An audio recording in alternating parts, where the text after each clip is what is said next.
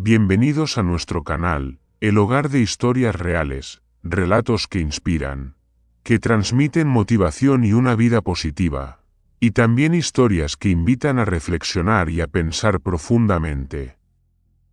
En una aldea asfixiada por la oscuridad, Dios no envió a un guerrero, sino a un muchacho pobre y a un burro tuerto. Y solo con la fe, cambiaron el destino de toda la aldea. Aquel verano llegó más temprano que otros años. El sol ardía como fuego, el viento era seco como papel y barría los olivares esparcidos a lo largo de las laderas de Valdemora. La aldea, normalmente tranquila, cada mañana resonaba con las risas de los niños y el chirriar de los carros tirados por burros que llevaban verduras al mercado del distrito. Pero ese verano, algo pesado, como el aliento de un mal presagio, se filtró en cada rincón del pueblo. Al principio, solo aparecieron algunos forasteros en la taberna de la entrada. No hablaban mucho, solo bebían con rapidez y observaban el lugar con miradas frías como metal. Los aldeanos se sentían incómodos, pero nadie se atrevía a preguntar. Valdemora había sido tan pacífica durante tanto tiempo que parecía que todas las desgracias del mundo la habían olvidado. Pero luego, aquellos extraños desaparecieron. Y la verdadera calamidad llegó, una tarde abrasadora, cuando las cigarras resonaban como un tambor de guerra. Toda la aldea escuchó el retumbar de cascos bajando por el camino de la montaña. Nubes de polvo rojo se elevaron, abriendo paso a decenas de mercenarios con armaduras negras. En sus hombros y pechos llevaban un emblema de una garra afilada, garras negras. Los mercenarios temidos en toda la región, mencionados como pesadillas a las que nadie quería poner nombre. Invadieron la plaza como una tormenta oscura. Los aldeanos huyeron a sus casas, cerrando las puertas, atreviéndose solo a mirar por rendijas. Los soldados pisotearon los cestos de verduras de los vendedores, hicieron rodar el cesto de manzanas de la anciana Amelia, dispersando las frutas sobre la tierra ardiente. Uno de ellos incluso rió, recogió una manzana, dio un mordisco y arrojó el resto en un charco de polvo, frente a la vieja iglesia. El líder, un hombre enorme, con la cara llena de cicatrices y ojos como brasas oscuras, tiró de las riendas de su caballo. Escudriñó la aldea como quien evalúa el precio de una mercancía. Luego gritó, con una voz que silbaba como un cuchillo: «Desde este momento, vuestras tierras, vuestras cosechas y vuestra fuerza pertenecen a garras negras». Un silencio aterrador cubrió Valdemora. Nadie se movió. Los campesinos, delgados y agotados, solo clavaron la mirada en el suelo. El nombre de garras negras era suficiente para hacer temblar los corazones más valientes. Se rumoreaba que no solo saqueaban, sino que también capturaban a quienes se resistían para llevarlos como esclavos al norte, de donde nadie regresaba. Los soldados no esperaron respuesta. Irrumpieron en las casas, golpeando las puertas de los graneros. Sacos de trigo, barriles de grano, tinajas de aceite de oliva, todo fue arrastrado a la calle. Los aldeanos solo podían mirar desde lejos cómo sus bienes se apilaban como botín de guerra. El aire se llenó de gritos, del crujido de látigos contra la madera y de los relinchos agudos de los caballos. Varios hombres fueron sacados a la fuerza, atados por las muñecas y obligados a cargar los suministros de los mercenarios. Las mujeres escondían a sus hijos detrás de cortinas viejas. Los niños estaban tan aterrados que ni siquiera lloraban, solo temblaban al escuchar los pasos pesados de los soldados. Mateo, un joven de poco más de 20 años, se encontraba junto al establo de su burro. Había visto todo. Salvador, el burro tuerto al que Mateo consideraba su amigo, resoplaba inquieto, con las orejas caídas por el miedo. Mateo le acarició la frente y lo sujetó con suavidad. «No pasa nada, Salvador». «No pasa nada», murmuró, aunque ni él mismo creía en sus palabras. Mateo nunca había empuñado un arma. Su vida giraba en torno a las mañanas recolectando aceitunas en la colina, las tardes llevando a Salvador al arroyo y las noches escuchando al padre Aurelio hablar sobre las enseñanzas de Dios. Pero ahora, ante el horror que presenciaba, su corazón ardía. Parte por miedo. Parte por una impotencia que lo aplastaba. La fe, decían, era la luz que guiaba el camino. Pero ¿por qué esa luz retrocedía cuando la oscuridad avanzaba? Ese pensamiento lo atormentaba mientras veía a los soldados arrastrar al padre Aurelio fuera de la iglesia. El anciano sacerdote, con el cabello blanco revuelto por el viento, trataba de mantenerse sereno. Pero cuando el líder lo empujó al suelo solo para demostrar su poder, Mateo estuvo a punto de intervenir. Si Salvador no hubiera rozado su brazo, como para detenerlo, quizás Mateo habría cometido una locura. Esa tarde, el cielo de Valdemora se tornó gris ceniza. El humo de las cocinas ya no se elevaba de los tejados como de costumbre. Todos se refugiaban en silencio, escuchando los latigazos, los insultos y los gritos de quienes eran obligados a trabajar. Cada sonido era como un cuchillo que se clavaba en sus corazones. Al caer la noche, Mateo fue a la iglesia. El padre Aurelio estaba sentado solo en la oscuridad, sobre los escalones agrietados. La vela frente a él estaba a punto de apagarse. Aún así, su mirada no vacilaba. Mateo se sentó a su lado sin decir palabra. No sabía qué decir. Miedo, confusión y enojo le cerraban la garganta. El padre Aurelio giró hacia él y le puso una mano en el hombro. «¿Te preguntas por qué Dios guarda silencio, verdad?», preguntó con voz ronca pero cálida. Mateo bajó la cabeza. Salvador, acostado a sus pies, se estremecía cada vez que un grito lejano rompía la noche. El sacerdote levantó la vista hacia el cielo, donde solo unas pocas estrellas temblaban entre la oscuridad. «Cuando la oscuridad es más densa», dijo lentamente, «la luz está más cerca que nunca». Las palabras flotaron suavemente, como un suspiro, penetrando el aire pesado de la aldea. Pero Mateo solo sintió su mente más confundida. ¿Qué luz? ¿Cuándo llegaría? ¿Realmente existía? ¿O era solo un consuelo que la gente se repetía para soportar la desesperación? Mateo no se atrevió a preguntar. Se limitó a abrazar la cabeza de Salvador, apoyándose en su cuerpo cálido como si fuera el último refugio de paz que le quedaba. En la oscuridad, su corazón se oprimió con una sensación que nunca había experimentado, el miedo de que la fe, aquello a lo que la aldea se había aferrado por generaciones, estuviera empezando a quebrarse. Afuera, los garras negras seguían gritando, patrullando con antorchas y exprimiendo hasta la última gota de fuerza de la gente, y Mateo, entre aquel caos, solo escuchaba una pregunta que resonaba sin cesar en su mente: si Dios realmente lo ve todo. ¿Por qué sigue en silencio? Esa noche, llovía a cántaros. Todo Valdemora estaba envuelto por los silbidos del viento que se colaban por las rendijas de las puertas, y el sonido de la lluvia golpeando los tejados parecía como si el cielo quisiera romper en pedazos la última esperanza que quedaba.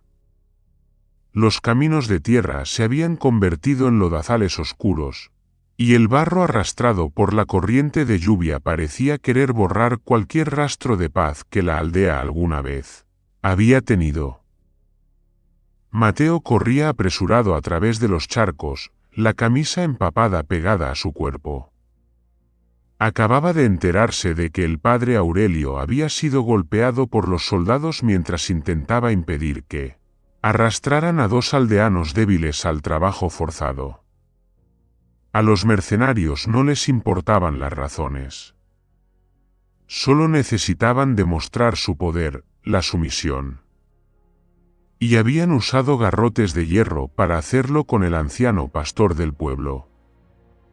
Mateo encontró al padre Aurelio desplomado junto al umbral de la iglesia, su túnica blanca empapada de lluvia y cubierta de barro.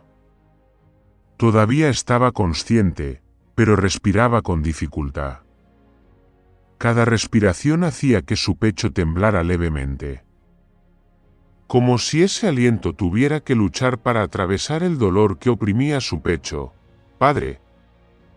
Mateo se arrodilló y lo sostuvo, con la voz ahogada por la preocupación. El padre Aurelio intentó sonreír, pero la sonrisa se desvaneció rápidamente ante el dolor. «Estoy bien, Mateo. Solo es una herida pequeña». Mateo negó con la cabeza, mientras la lluvia se mezclaba con sus lágrimas y bajaba por su rostro. «No tienen derecho a hacerle esto. No tienen derecho». «Mateo». El padre Aurelio colocó una mano temblorosa sobre la mejilla de su hijo. «Debes mantener tu corazón en paz. Si dejas que el odio guíe tu camino, perderás a ti mismo». Esas palabras resonaron, suaves pero como un hilo que sostenía la última luz dentro de Mateo. Él asintió, sin estar seguro de entender del todo. Pero lo que sí sabía era esto: el padre Aurelio estaba débil. Muy débil. Por eso, mientras lo llevaban al interior de la iglesia para que los aldeanos lo cuidaran, Mateo salió solo. La lluvia seguía cayendo sin cesar. El viento soplaba tan fuerte que incluso el ciprés junto a la iglesia se inclinaba como si fuera a arrancarse de raíz. Mateo se detuvo frente al umbral de la iglesia, mirando el cielo completamente oscuro. Nunca lo había visto tan negro. Ni un rayo brillaba, como si el cielo se negara a mirar Valdemora. Salvador estaba a su lado, temblando de frío, pero obedientemente apoyando la cabeza en sus piernas. Aunque tenía un ojo ciego, levantaba la cabeza como entendiendo que su dueño enfrentaba un dolor mayor que cualquier otro que él hubiera presenciado. Mateo se arrodilló bajo la lluvia. El agua caía desde el tejado sobre su cuello, empapando cada hebra de su cabello, fría hasta los huesos. Pero no le importaba. Todo lo que escuchaba era el latido fuerte de su corazón y el golpe de la lluvia contra el suelo de piedra de la iglesia. Juntó las manos, no por formalidad, sino en verdadera desesperación. «Si de verdad me escuchas», dijo Mateo, con la voz temblorosa pero firme. «Por favor, muéstrame lo que debo hacer». Una frase simple, pero cargada con todo el miedo, dolor y esperanza que él llevaba dentro. No preguntó por qué Dios permanecía en silencio. Tampoco culpó ni exigió un milagro inmediato. Solo pidió una cosa, una guía. Salvador se acercó más, frotando su hocico contra la mano de Mateo como para decirle que no estaba solo.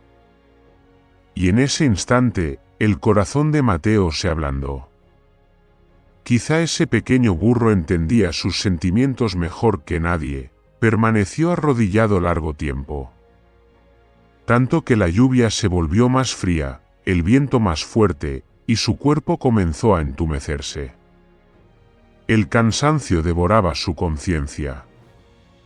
Apoyó la cabeza en el hombro de Salvador.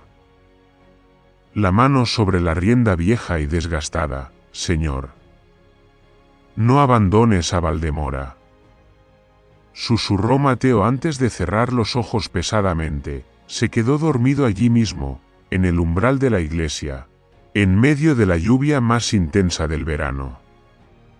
Salvador permaneció a su lado, empapado, sin moverse ni un paso, en ese sueño, ocurrió algo extraño.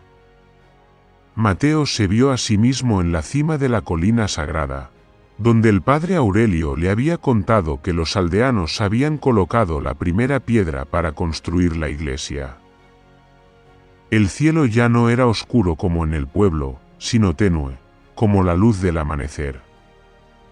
Una brisa ligera traía el aroma de los olivos en flor. Frente a Mateo, un crucifijo de madera de olivo se alzaba sobre la piedra. No era como los crucifijos comunes que había visto. Su madera era clara, suave y emitía una luz dorada como el sol atravesando una tela de seda. Esa luz no cegaba ni amenazaba.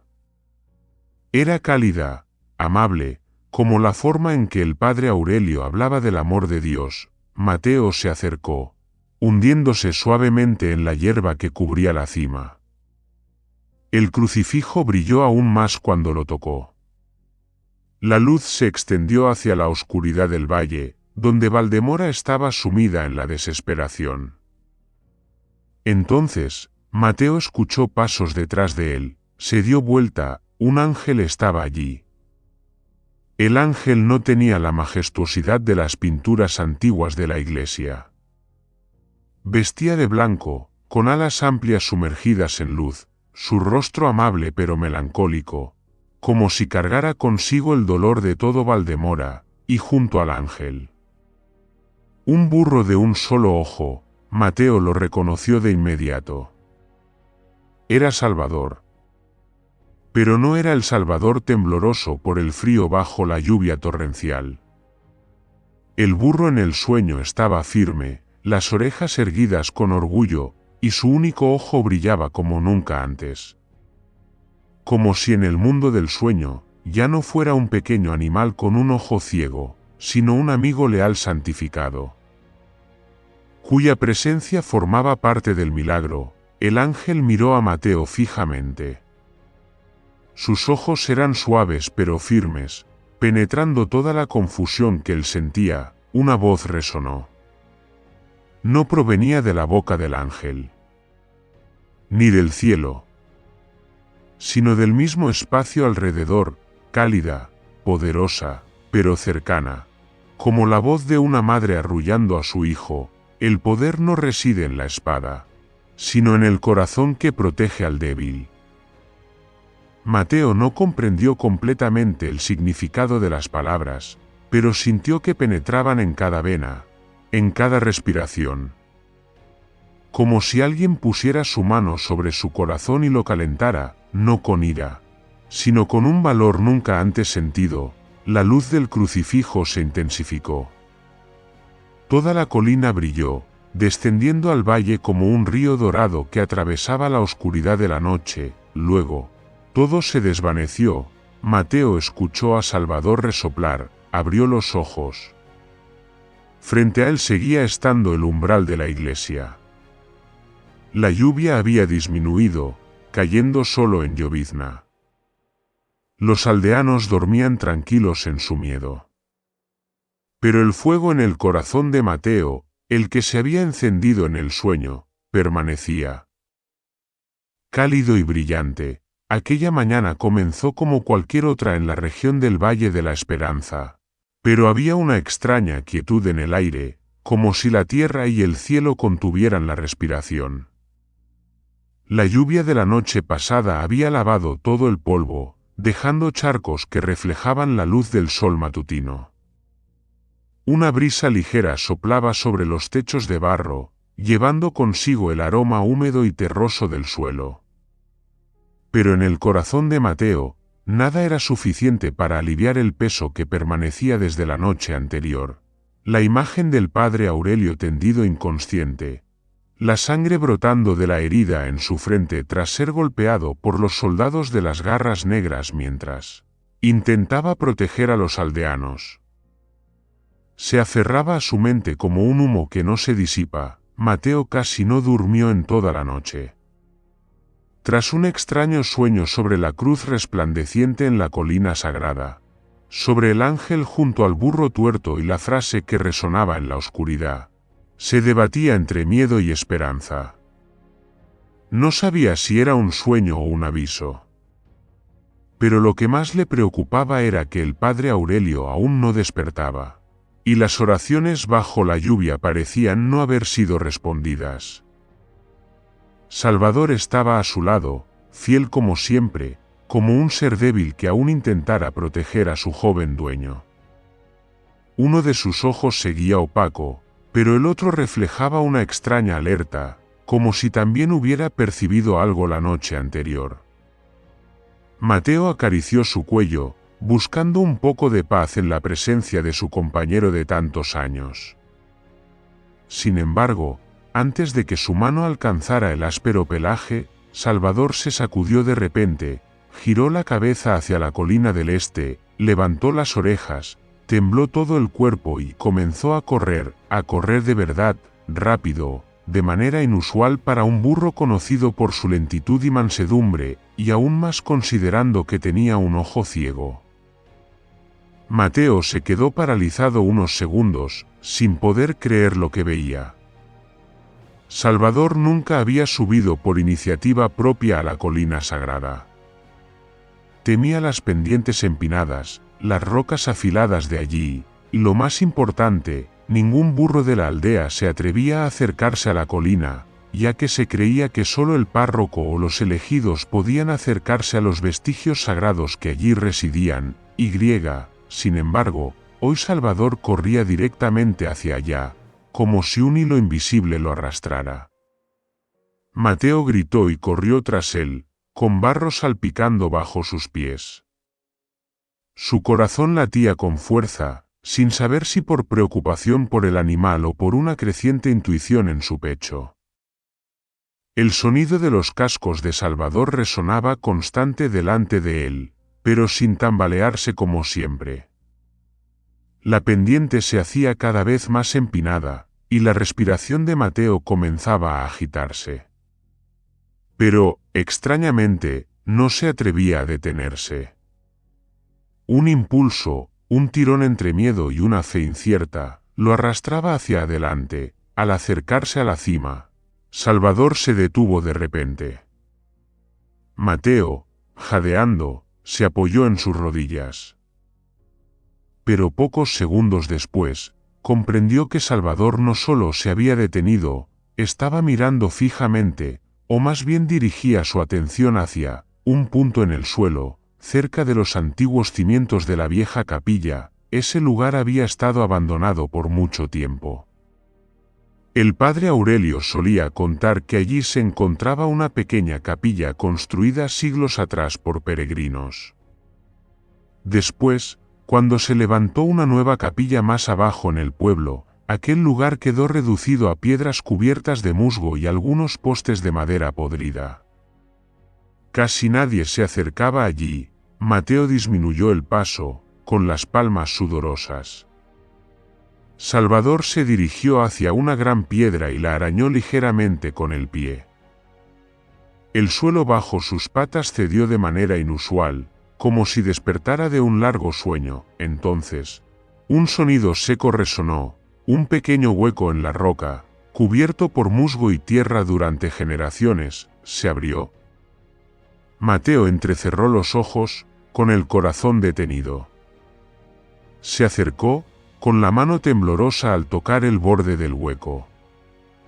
La luz del amanecer iluminó su interior, y lo que apareció hizo que un escalofrío recorriera su cuerpo. Una pequeña cruz, de madera de olivo, superficie lisa, color oscuro, vetas ligeramente retorcidas. Igual que en su sueño de la noche anterior, Mateo retiró la mano como si se hubiera quemado. Durante unos segundos, no podía creer lo que veía. Nadie en el pueblo sabía de la existencia de aquel hueco. El padre Aurelio nunca lo había mencionado. Y, por supuesto, Mateo nunca había subido a la colina desde niño. Entonces, ¿por qué el objeto de su sueño estaba exactamente allí? Respiró hondo y, finalmente, con cautela y cierta vacilación, metió la mano. Sus dedos tocaron la madera. Fría, seca y serena, Al levantar la cruz, no hubo luz cegadora, ni truenos, ni señales sobrenaturales como en las leyendas del pueblo. Pero Mateo sintió otra cosa, un cálido flujo que subía de su mano por el brazo hasta el pecho. No era fuerte. No obligaba. Era como una brisa ligera que rozaba su alma agotada, una ternura que no sabía cuánto había deseado. Salvador se acercó, frotando su cabeza contra su brazo, como confirmando que era real. Y, por alguna razón, Mateo sintió que el burro entendía mejor que él lo que acababa de suceder. En ese instante, escuchó pasos detrás. El padre Aurelio estaba allí, con el rostro aún pálido, el cuerpo adolorido, pero con ojos extrañamente brillantes. Como si hubiera visto esto desde hace tiempo. Como si supiera lo que hoy ocurriría, susurró con voz débil pero clara. Mateo. Ya lo encontraste. Mateo se giró, alarmado. Padre. No debería levantarse. Está muy débil, pero Aurelio levantó la mano, indicando que no interfiriera. Se acercó, mirando la cruz con la mirada de quien ha esperado durante años. No es un arma, dijo, cada palabra medida y deliberada. Tampoco está destinada a un guerrero. Mateo bajó la cabeza, apretando la cruz. ¿Él? Un chico que nunca pudo empuñar una espada. Como leyendo su pensamiento, el padre Aurelio continuó, es un signo. No de poder, sino de fe. Tú has sido elegido, Mateo. Elegido para guiar al pueblo de regreso a la luz. Mateo sintió que su pecho se hundía y sus manos temblaban sin control. No se veía a sí mismo como alguien especial. No se veía fuerte. Solo era un joven que siempre evitaba los conflictos. Alguien a quien incluso protegerse a sí mismo le resultaba difícil, y mucho menos proteger a todo el pueblo. Pero Salvador estaba a su lado, aparentemente esperando. La cruz en sus manos emitía un leve calor. Y en el corazón de Mateo, surgió una pregunta, no del ángel en sus sueños, sino de su propio corazón. ¿Será esto realmente la respuesta que había suplicado bajo la lluvia? Aquella mañana, Valle de Esperanza seguía sumido en la incertidumbre. Las casas de tejas rojas a lo largo de la calle principal permanecían en silencio, como escuchando las malas noticias que traía el viento. La sombra de los garras negras aún se grababa en el miedo de cada habitante. Todos estaban alerta, siempre mirando atrás al escuchar un paso sobre la tierra. Pero había algo que cambiaba el ambiente. Mateo caminaba por el pueblo con la cruz de madera de olivo recién encontrada en la colina sagrada, y Salvador, el burro ciego de un ojo, lo acompañaba silenciosamente, como un amigo leal de la fe. Desde temprano, el padre Aurelio, aunque débil, le había dicho a Mateo que debía bajar al pueblo. No para pelear, dijo, sino para revivir lo que los aldeanos han perdido, la esperanza. Mateo no entendió de inmediato el significado de esas palabras, pero cuando el padre Aurelio puso su mano sobre su hombro y lo miró a los ojos, Mateo supo que tenía que hacer algo, aunque aún no sabía por dónde empezar, así que se fue, sin llamados, sin declaraciones grandilocuentes, solo pasó de casa en casa. Salvador caminaba lentamente, con las orejas caídas como siempre, pero sus pasos eran sorprendentemente firmes. Parecía sentir la nueva responsabilidad que recaía sobre su joven dueño.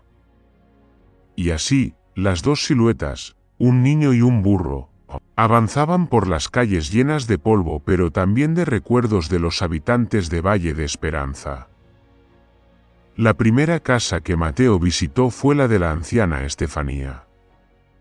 Había perdido a su esposo hacía muchos años, sus hijos vivían lejos, y desde que los garras negras llegaron al pueblo, casi no salía de su habitación. Cuando Mateo llamó a la puerta, ella la abrió con los ojos enrojecidos por el llanto. Al verlo, solo sacudió la cabeza, como si hubiera renunciado a todo. Mateo no sabía qué decir, salvo tomar su mano, colocar suavemente la cruz sobre la arrugada palma y decir con voz temblorosa: «Todavía nos tenemos. Y Dios sigue aquí». La señora Estefanía rompió en llanto. No por un milagro, sino porque alguien la recordaba, alguien la miraba no con lástima, sino con esperanza. Se sentó y, por primera vez desde que llegaron los soldados, habló de la sopa de frijoles que planeaba preparar antes de que la guerra interrumpiera el suministro de alimentos. Mateo escuchó todo y luego la ayudó a arreglar la ventana desalineada por el viento. Al irse, un vecino miró y dijo: «No sé si este chico hará algo contra los soldados.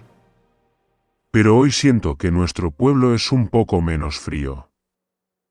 A partir de ese momento, comenzó una cadena de eventos extraños. Mateo visitó la casa de Jairo y su esposa, quienes habían llegado al punto de pensar en huir del pueblo por miedo a ser obligados a trabajos forzados. La esposa sostenía a su pequeño hijo en brazos, con ojos hundidos por la falta de sueño. Mateo no sabía cómo curar el miedo, solo tomó sus manos y dijo: «No se vayan. Encontraremos una solución». Colocó la cruz sobre la frente del niño. Y, curiosamente, el niño, que había estado llorando durante 2 días por fiebre, se calmó, respirando con más regularidad. La madre abrazó a su hijo, temblando de gratitud, pero Mateo solo negó con la cabeza: «No hice nada. Solo es que tu fe sigue intacta». Y luego, los rumores se esparcieron, no rumores exagerados, sino palabras llenas de esperanza de los habitantes: «Mateo vino a mi casa esta mañana. Y me sentí mejor». O el niño Itán estuvo postrado toda la semana. Pero después de que Mateo rezó con su padre, se sentó por sí mismo. Estas historias eran sutiles, tan ligeras que nadie las llamaría milagro, pero suficientes para encender una chispa de esperanza en cada persona, y entonces, aquello que todo el pueblo no podía ignorar sucedió al mediodía. Mateo y Salvador se detuvieron frente a la casa de Manuel y su esposa, donde estaba Damián, un niño con parálisis en el brazo desde los 5 años. Solo podía mover el hombro y la parte superior del brazo, mientras su mano permanecía inmóvil, como una hoja seca suspendida en el viento. Cuando Mateo entró, Damián miraba por la ventana con ojos tristes. Mateo se sentó a su lado y sonrió. «¿Te gusta dibujar?». El niño asintió levemente. «Entonces rezaré por tu mano. Al menos para que puedas sostener un lápiz de colores una vez». Mateo colocó la cruz sobre la muñeca del niño, sin saber qué esperar. Pero entonces, para sorpresa de los padres de Damián, los pequeños dedos temblaron. No mucho. No un milagro completo. Pero se movieron. Realmente se movieron. Damián emitió un leve sonido, apenas perceptible, pero para Mateo sonó como una campana. La mano del niño se movió. Por primera vez en años, la madre lo abrazó llorando, mientras el padre permanecía inmóvil, con los ojos enrojecidos. Salvador acercó su cabeza, como presenciando un momento más sagrado de lo que podría comprender. La noticia se difundió rápidamente, incluso aquellos que se habían refugiado en sus casas salieron, mirándose entre sí con desconcierto y luego esperanza. Por la tarde, Mateo pasó por el mercado del pueblo. Los puestos, que habían estado vacíos durante días, volvieron a abrirse. La gente hablaba sobre ayudarse unos a otros, recolectar alimentos y repartirlos entre las familias que habían perdido sus provisiones. Todo esto no por orden de Mateo, ni por un milagro evidente. Solo porque todos se sentían más tranquilos al verlo pasar, como si la oscuridad ya no dominara el cielo por completo. Un anciano, cuyo hombro había sido roto por los garras negras, salió y le dijo a Mateo: «Los soldados nos asustan. Pero tú nos recuerdas que aún somos humanos». Mateo nunca se había sonrojado tanto. Se sentía torpe, bajaba la cabeza, porque sabía que no había hecho nada grande. No curaba enfermedades. No tenía espada. No poseía la fuerza que la profecía decía. Pero la cruz de madera de olivo en sus manos lograba algo que ninguna arma podía: unir a personas dispersas en una comunidad. Las madres, antes desconcertadas, ahora se tomaban de las manos para rezar juntas. Los hombres que antes querían huir empezaban a hablar de cómo proteger el pueblo sin recurrir a la violencia. Los niños corrían por el mercado, gritaban al ver a Salvador y llamaban al burro por su nuevo nombre, el Ojo de la Esperanza. Mateo observaba todo, con emociones encontradas, alegría y temor. Porque no sabía si estaba tomando el camino correcto. Pero al mirar a Salvador a su lado y luego la cruz en sus manos, recordó las palabras del padre Aurelio: no se lucha con espada, sino con fe y amor. Mateo levantó la cabeza. La luz del atardecer bañaba los tejados de oro, iluminando cada rostro que empezaba a sonreír de nuevo. Y entendió, tal vez esa era la señal. No del cielo, sino del corazón de la gente, y así, su viaje realmente comenzaba, no con fuerza, sino con la esperanza que lentamente se encendía en cada hogar de Valle de Esperanza. Los campos de arroz de Valle de Esperanza se extendían como una alfombra dorada, cada espiga inclinada bajo la brisa de verano como suplicando por otra temporada de paz. Desde tiempos inmemoriales, esta tierra no solo había sido fuente de vida, sino orgullo y prueba de la laboriosidad y unidad de sus habitantes. Pero hoy, bajo un cielo cargado de nubes negras, ese campo estaba al borde de ser consumido por la codicia sin límites de quienes portaban el emblema de las garras negras. A lo lejos se escuchaban cascos y gritos violentos. Mercenarios con armaduras negras, rostros cubiertos, antorchas y hoces en mano avanzaban hacia el campo. La gente se acurrucaba detrás de los muros, temblando. Sabían lo que las garras negras querían demostrar. Después de saquear el granero, incendiarían el campo para someter completamente al pueblo, obligándolo a depender de ellos. Era un acto de intimidación cruel, y todos entendían que si eso sucedía, el futuro de Valle de Esperanza estaría en peligro. Mateo se situó en la entrada del campo, con las piernas temblorosas, pero la mirada firme como nunca antes. A su lado, Salvador ladeaba las orejas, con el único ojo abierto intentando observar cada detalle, aunque ya estaba acostumbrado a ver el mundo solo con la mitad de la luz. La cruz de olivo en las manos de Mateo era ligera, pero su corazón cargaba con todo el peso del pueblo. «Mateo, no salgas. Te matarán», gritó una mujer desde atrás, pero él solo volteó y negó suavemente. El pueblo ya había comenzado a confiar en él, pero lo que no sabían era que él todavía no confiaba completamente en sí mismo. Sin embargo, hoy, al ver las antorchas de los soldados, un extraño sentimiento de determinación surgió en su pecho, como si todas las oraciones del pueblo durante días convergieran en este momento. Mateo avanzó hacia el centro del campo, el viento soplaba con fuerza. Las espigas susurraban palabras de aliento. Cuando la distancia se redujo a unas pocas decenas de pasos, el comandante de las garras negras se burló. Montado en un gran caballo, levantó la antorcha en llamas y gritó: «Chico, ¿qué haces ahí? ¿Quieres quemarte con el arroz? Mateo no respondió de inmediato. Respiró profundo, miró a Salvador y dio unos pasos más hasta colocarse justo entre los aldeanos y los soldados.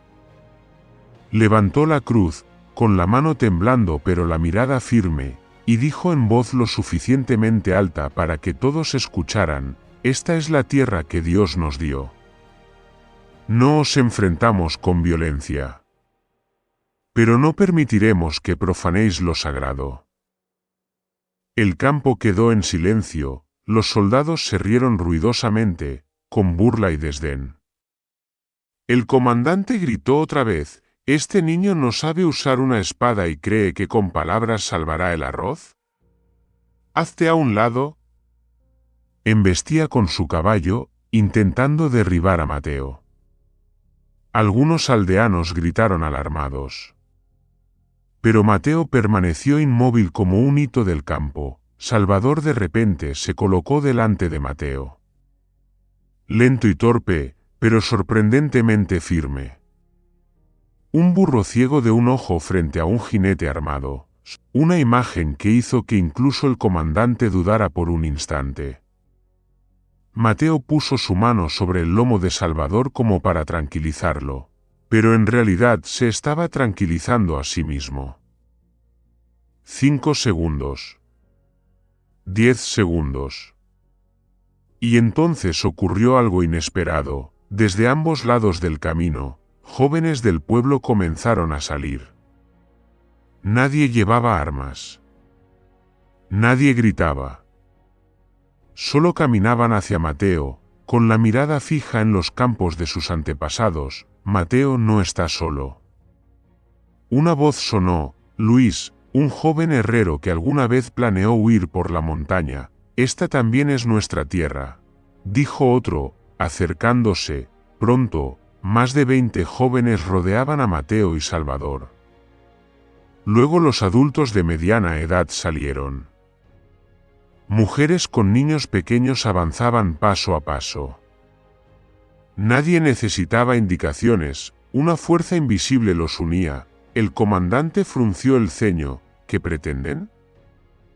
¿Usar sus cuerpos para bloquear el fuego?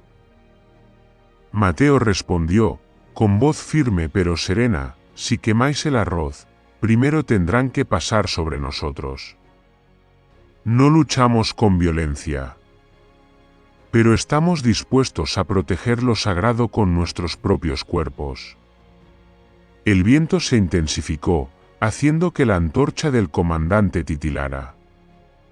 Algunas otras se apagaron solas, irritando a los soldados. Un joven soldado, no mucho mayor que Mateo, murmuró: ¿No tienen miedo de morir?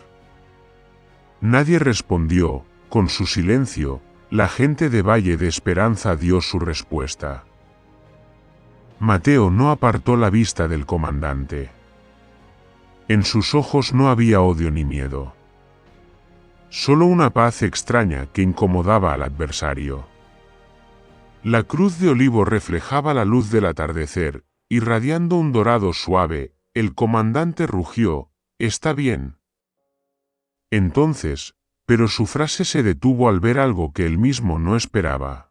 Una fila de aldeanos avanzando detrás de Mateo, formando dos filas en los bordes del campo, dejando claro que todos estaban listos para interponerse entre el arroz y el fuego. Nadie atacó. Nadie levantó piedras. Nadie amenazó, solo había firmeza. El comandante respiró hondo, levantó la antorcha. Pero su brazo tembló levemente. No era por miedo a los aldeanos, sino porque ya había anticipado la mirada de decenas de personas. No una mirada agresiva, sino la mirada de quienes tenían una fe más fuerte que la vida misma. Ese día, el sol estaba casi completamente cubierto por nubes, dejando solo delgadas franjas de luz plateada que caían sobre el campo de arroz, ya dorado por el sol. Todo el pueblo estaba detrás de Mateo, temblando pero sin moverse de su lugar.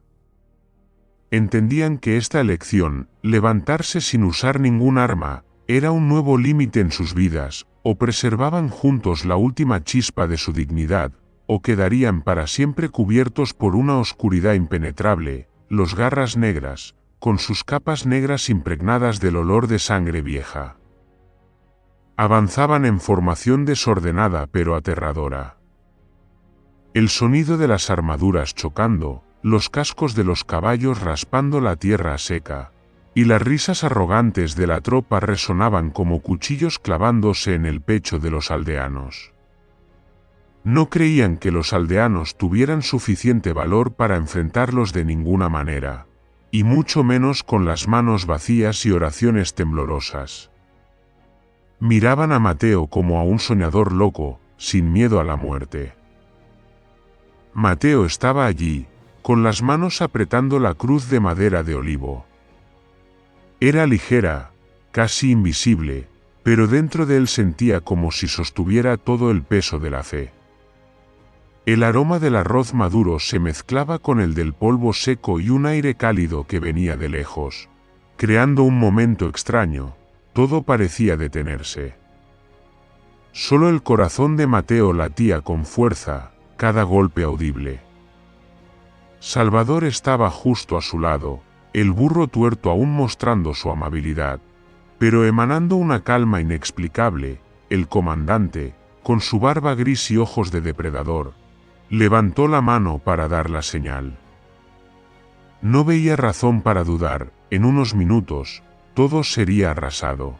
El campo quemado y la moral del pueblo destruida. Pero antes de que su mano cayera por completo, antes de que la tropa se lanzara, ocurrió lo primero. Un fuerte viento sopló desde la colina sagrada. No era un viento común de la tarde de verano. Traía un tono extraño, como el rumor del viento en un valle, pero con un eco de voces lejanas. Las espigas de arroz se inclinaban como olas doradas, levantando nubes de polvo. Al principio, solo enturbiaban el aire, pero luego se espesaron, como un velo de niebla. Los soldados de la primera línea se cubrieron el rostro con horror. Personas y caballos tambaleaban. Sus gritos y maldiciones resonaban como un caos explotando dentro de la formación. Mateo sintió el viento azotando su rostro. Fuerte pero sin dolor. No traía amenaza alguna. Era como un llamado de alerta, una señal de que no estaba solo, de que sus oraciones no habían sido en vano. El viento se intensificó hasta que los soldados ya no pudieron avanzar. Algunos se agacharon, otros se aferraron entre sí, tratando de mantenerse firmes. El comandante gritaba, pero el viento se tragaba su voz, solo se veía su boca moviéndose con desesperación. Entonces llegó la luz.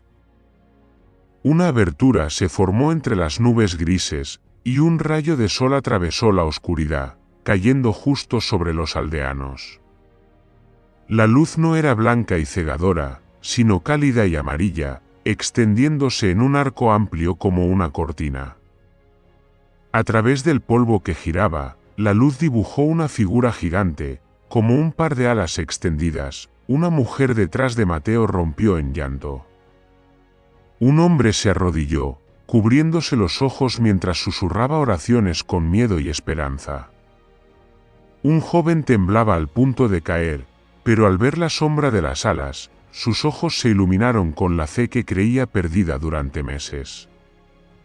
Para todos ellos, no era solo luz. Era protección, era la confirmación de que lo que hacían tenía sentido. Y justo cuando la luz alcanzó su máximo esplendor, ocurrió lo tercero, lo que dejó el campo en un silencio absoluto. Salvador, el burro tuerto, conocido por su amabilidad hasta el punto de que los niños del pueblo dormían abrazados a su cuello, relinchó fuerte. Un relincho largo, poderoso, resonante como un cuerno. Avanzó para colocarse frente a Mateo, firme sobre sus 4 patas, cabeza en alto, orejas erguidas y su ojo brillante como brasas. No tembló, no retrocedió, Pese a que el viento seguía golpeando su pequeño cuerpo, algunos niños, asustados, se aferraron a los adultos. Pero alguien murmuró: «Está protegiéndonos». La sensación se extendió entre los aldeanos. Aquella emoción hizo que todos sintieran como si un escudo invisible los envolviera. Pero los soldados veían otra cosa. No veían un burro amable defendiendo a su dueño. Con ojos acostumbrados a la violencia y a leer presagios, lo que percibían era una criatura iluminada por una luz extraña, como poseída por una fuerza divina. Los soldados, sin entender lo que pasaba, comenzaron a gritar: «No es normal. Algo anda mal». Retrocedieron. Algunos huyeron. Otros cayeron al suelo por el pánico y el polvo en los ojos.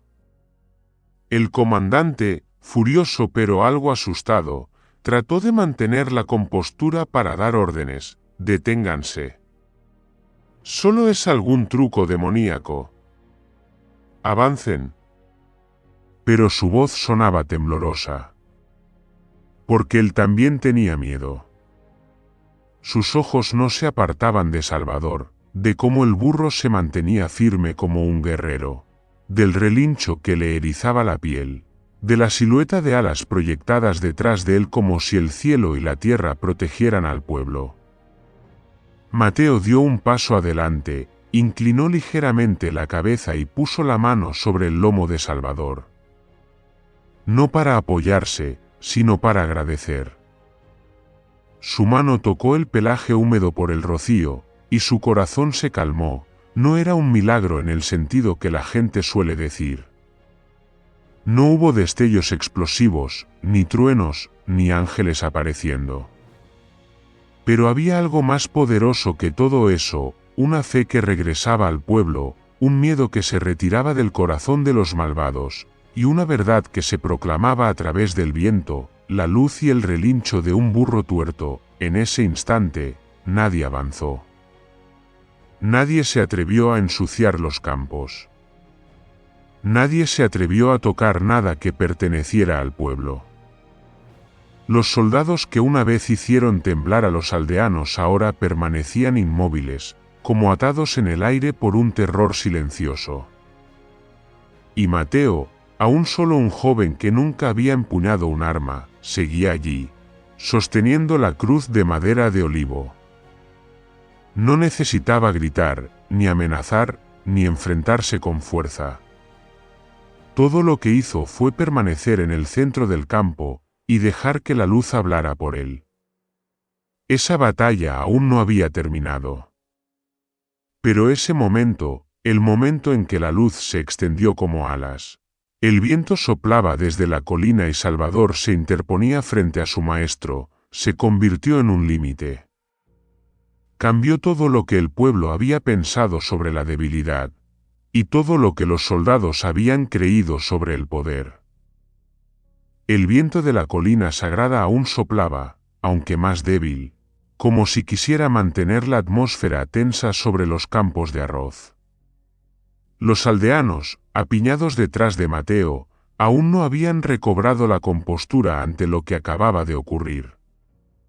Y la tropa de garras negras, feroz y hasta entonces sin miedo, ahora estaba desordenada como una manada acorralada.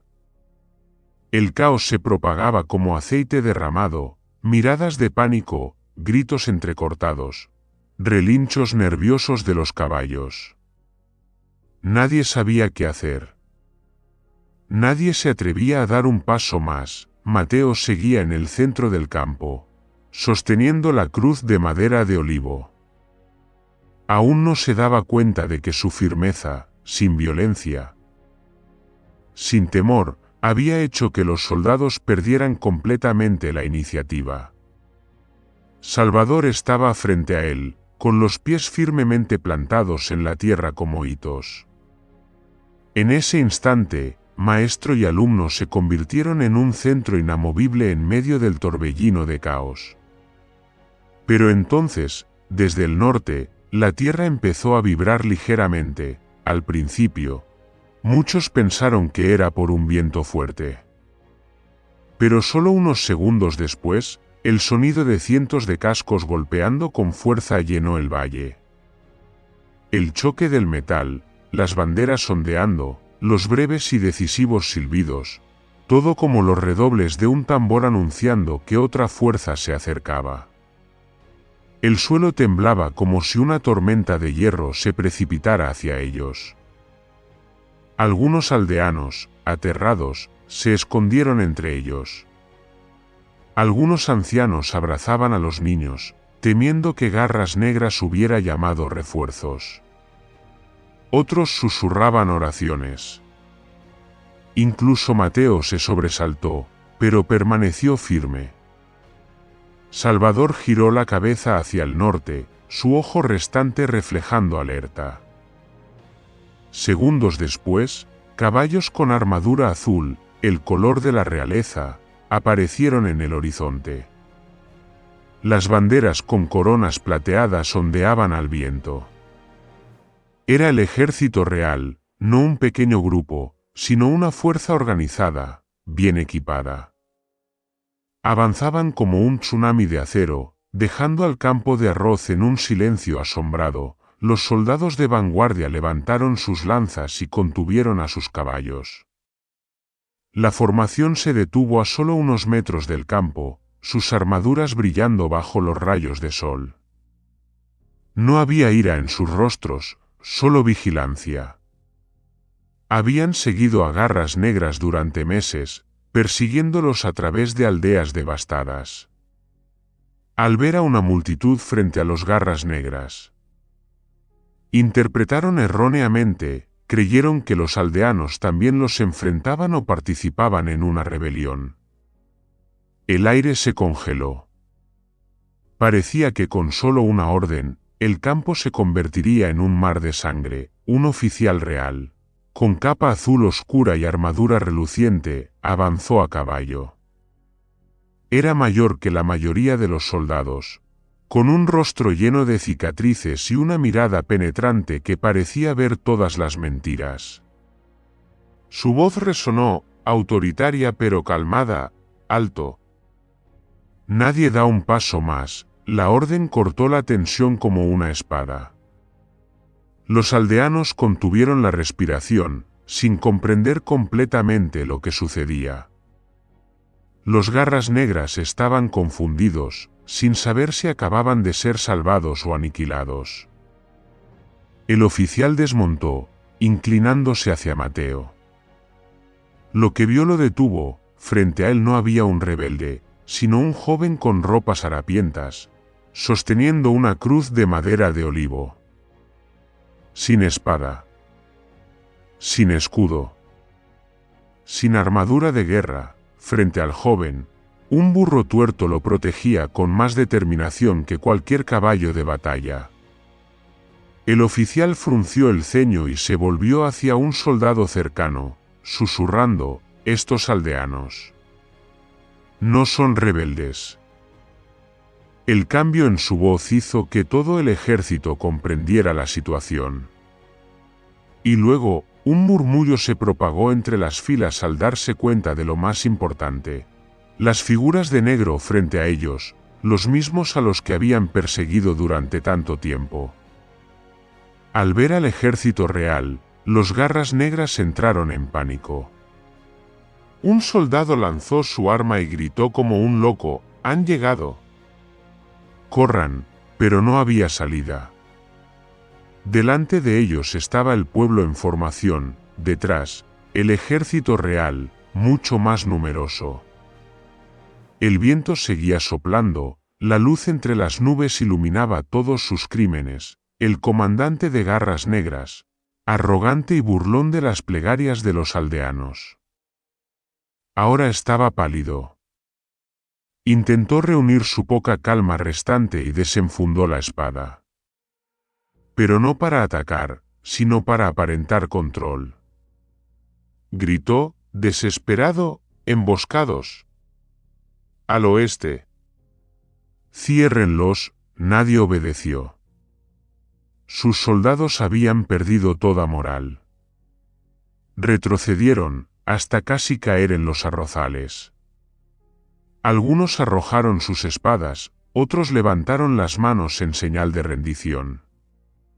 Algunos solo quedaron paralizados, con la mirada vacía al comprender que el fin había llegado. El oficial real alzó la mano: «Deténganlos. Ninguno debe escapar». El ejército real descendió sobre el campo como una avalancha. Pero no para luchar, sino para capturar a los soldados ya incapaces de resistir. Fueron desarmados y atados en minutos. Aquellos que antes habían aterrorizado toda la región ahora bajaban la cabeza, temblando, sin atreverse a mirar a los aldeanos a los que tanto habían oprimido. Una escena extraña pero significativa ocurrió: los crueles soldados que antes hacían llorar a los niños, quemaban casas y saqueaban almacenes, ahora permanecían en silencio, escoltados como criminales. Sin derramamiento de sangre, sin gritos de terror. Todo sucedió rápida y silenciosamente, casi increíblemente. El oficial real volvió hacia los aldeanos. Miró directamente a Mateo. Esa mirada ya no estaba llena de desconfianza, sino de sorpresa y respeto. He seguido la pista de estos desde la frontera norte. Pero no esperaba que ustedes los detuvieran antes que nosotros. Mateo negó con la cabeza, con voz suave y clara: nosotros no luchamos con armas. Solo protegemos lo que nos pertenece. El oficial miró la cruz de madera de olivo en las manos de Mateo. Luego miró a Salvador, el burro que aún jadeaba pero permanecía firme como una columna de bronce. Una rara sonrisa apareció en el rostro curtido por la guerra del oficial. A veces, el valor que no usa la violencia es lo más fuerte. Los soldados reales cercanos asintieron ligeramente. Algunos miraron a Mateo con respeto. Otros miraron a los aldeanos con una mirada diferente, respeto en lugar de la desconfianza inicial. Los garras negras quedaron atrapados entre dos frentes y finalmente fueron capturados. Ninguno escapó. Ningún aldeano tuvo que derramar sangre. El viento sobre los campos se calmó gradualmente, como si hubiera cumplido su misión. La luz entre las nubes se disipó, dejando un cielo normal de tarde veraniega. Y en ese instante, los aldeanos comenzaron a darse cuenta: la batalla más grande no era contra los garras negras, sino contra el miedo que durante tanto tiempo había dominado sus corazones. Habían ganado esa batalla incluso antes de que apareciera el ejército real. Valdemora, la aldea que una vez estuvo sumida en la oscuridad y el miedo, ahora resonaba con risas y pasos apresurados, como si toda la tierra suspirara aliviada. Los campos de trigo se extendían, dorados bajo la luz de la tarde, sin rastro de cenizas ni antorchas crueles.